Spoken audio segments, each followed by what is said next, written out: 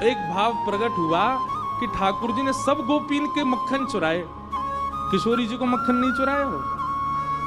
कभी ठाकुर जी ने किशोरी जी के यहां जाके मक्खन नहीं चुराए होगो का? तब मन में भाव आयो कि भाई ये लीला कहीं लिखी तो नहीं है, पर फिर कुछ शब्द लिख करके एक पद बनाया, ठाकुर जी ने किशोरी जी के यहां चोरी कैसे करी होगी। ध्यान से सुनिए। अब वैसे तो आपको चिंतन करना चाहिए, पर फिर भी आंख खोल के ही सुन लो। जब जब भाव लगे तो नेत्र बंद करके उस छवि का दर्शन करना जो यहां लिखा है। आहा। कीर्ति मैया, राधा रानी की मैया ने किशोरी जी से कही, लाली अब तू बड़ी होती जा रही है ना, घर के काम काज सीख ले। किशोरी जी बोली, कहा करूं मैया? बोले अब तू दही मथनो सीख ले, मक्खन निकारे कर, धीरे धीरे घर के कामन ने अपने जीवन में ला। तो किशोरी जी आज पहली बार दधी मंथन कर रही हैं।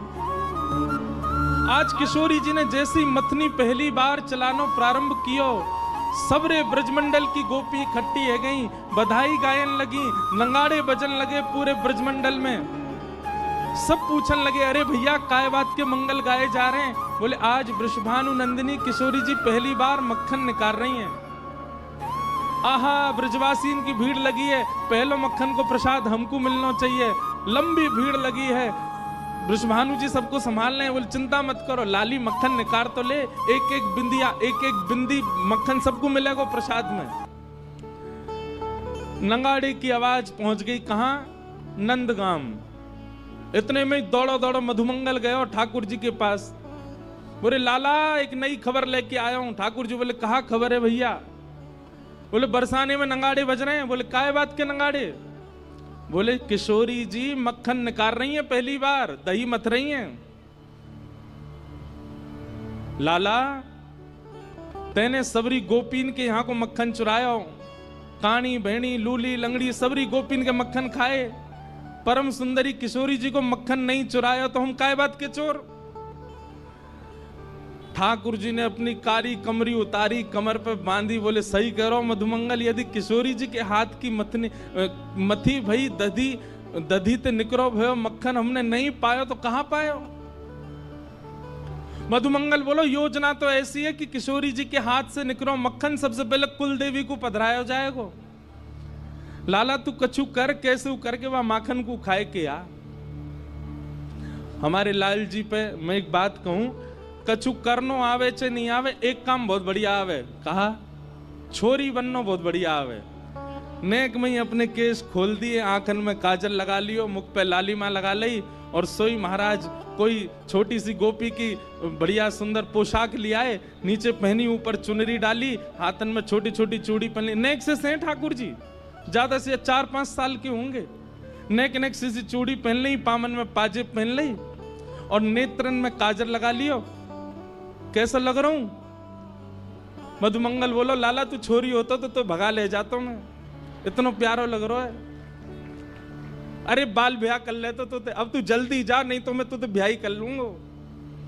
ठाकुर जी छोटी सी सखी बन करके मक्खन चुराने जा रहे हैं। कौन को? श्री जी को, श्री राधा रानी। ठाकुर जी पहुंच गए बरसाने। अब नेक्स्ट सी गोपी बन के गए, कोई ना रोको ही ना, सीधे पहुंच गए भवन में।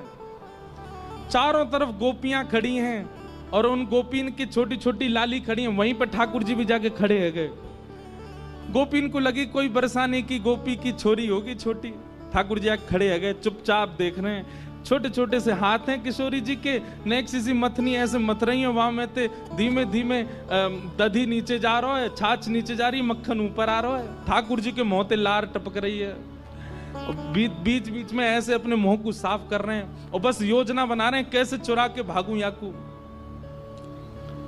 इतने में ही कीर्ति मैया बोली, अरे चलो सखी, आज पहली बार किशोरी ने मक्खन निकालो है, या मक्खन को भोग कुल देवी को लगाएंगे। सब जाओ कुल देवी के यहाँ व्यवस्था करो, नए नए वस्त्र पहन के आओ। अरे लाली तू भी जा, नए वस्त्र पहन के आ, मक्खन लेके कुल देवी को पूजन करवे जाएंगे। सब सखियां सजवे जा रही हैं, किशोरी जी तैयार हुए गई हैं। वहीं मटकी में मक्खन रख के चली गई हैं सब, कि अब सब जाओ तैयार है लाओ। सब निकलती गई, ठाकुर जी वहीं कोने में छुप के खड़े हो गए। और जैसे ही सब सखी गई, उन नेक्सी सी मटकी में नेक्सो से मक्खन, अब किशोरी जी ने कोई बहुत ज्यादा तो निकारो नहीं होगा, नेक्सी से नेक्सो से ही निकारो। वहां नेक्से से मक्खन को लेकर के ठाकुर जी वन की ओर भागे, और वन में भाग करके ठाकुर जी ने अपना श्रृंगार आदि सब उतारो, एक वृक्ष के ऊपर चढ़ गए। सैन नहीं है रोए, किशोरी जी ने मक्खन निकारो, याकू तो मैं प्रेम से पाऊंगो। कहा भयो, जैसे ही प्रथम मक्खन उंगली में लेकर के मुख से लगायो तो कहा भयो जीभ पे रखो। वो एक बिंदु रखते ही नेत्र बंद है गए। किशोरी जी को स्मरण है लगो, तनिक तनिक से हाथन सो कैसे श्रम करके किशोरी जी ने मक्खन निकाल के मटकी में धरो। इन्हीं सब चिंतन में आकर के ठाकुर जी तो वहीं मूर्छित है के गिर पड़े, बेसुध है गए। एक हाथ में मक्खन लगो, दूसरे हाथ में मटकी, ठाकुर जी पड़े बेसुध। श्री राधा श्री राधा श्री राधा श्री राधा, बस वही स्मरण चल रहा है मन में। यहां सब सखी आई, और जैसे ही आकर के देखो महाराज मक्खन तो गायब है गयो, मटकी कोई लेके भाज गयो। पूरे बरसाने में हल्ला है गो, अरे मक्खन चोरी है गो, मक्खन चोरी है गो, मक्खन चोरी है गो। किशोरी जी बोली मक्खन लेके कौन चलोगो? किशोरी जी के तो नेक नेक अश्रुबिंद आ गए, पहली बार मक्खन निकारो वो कोई लेके भाज गो। तभी किशोरी जी की छोटी छोटी सखियां ललिता विशाखा भी आई और बोले मक्खन चोर तो एक ही है पूरे ब्रजमंडल में, हमें ऐसा लगा वहां कुछ सुगंधी आ गई होगी श्यामाजू, और वो ही आकर के लेके गए। पर वो कैसे आ सके यहाँ पे? हम तो नेक देर को गए, इतनी देर में भी कोई ना आयो, द्वार आदि सब बंद रहते। विशाखा बोली अरे बड़ो छग में भेषी है, नेक में ही गोपी बन जाए, कुछ तनिक सी छोरी बन के आएगो होगो लेके भाज गो, मैं सब जानू वाकू। श्यामाजू आप तो चलो नंदगाम के मार्ग पर चलें, वन में ढूंढेंगे मिल जाएगा। और किशोरी जी सब सखीन के संग गईं, और तभी कहा देखो एक कदम वृक्ष के नीचे ठाकुर जी ने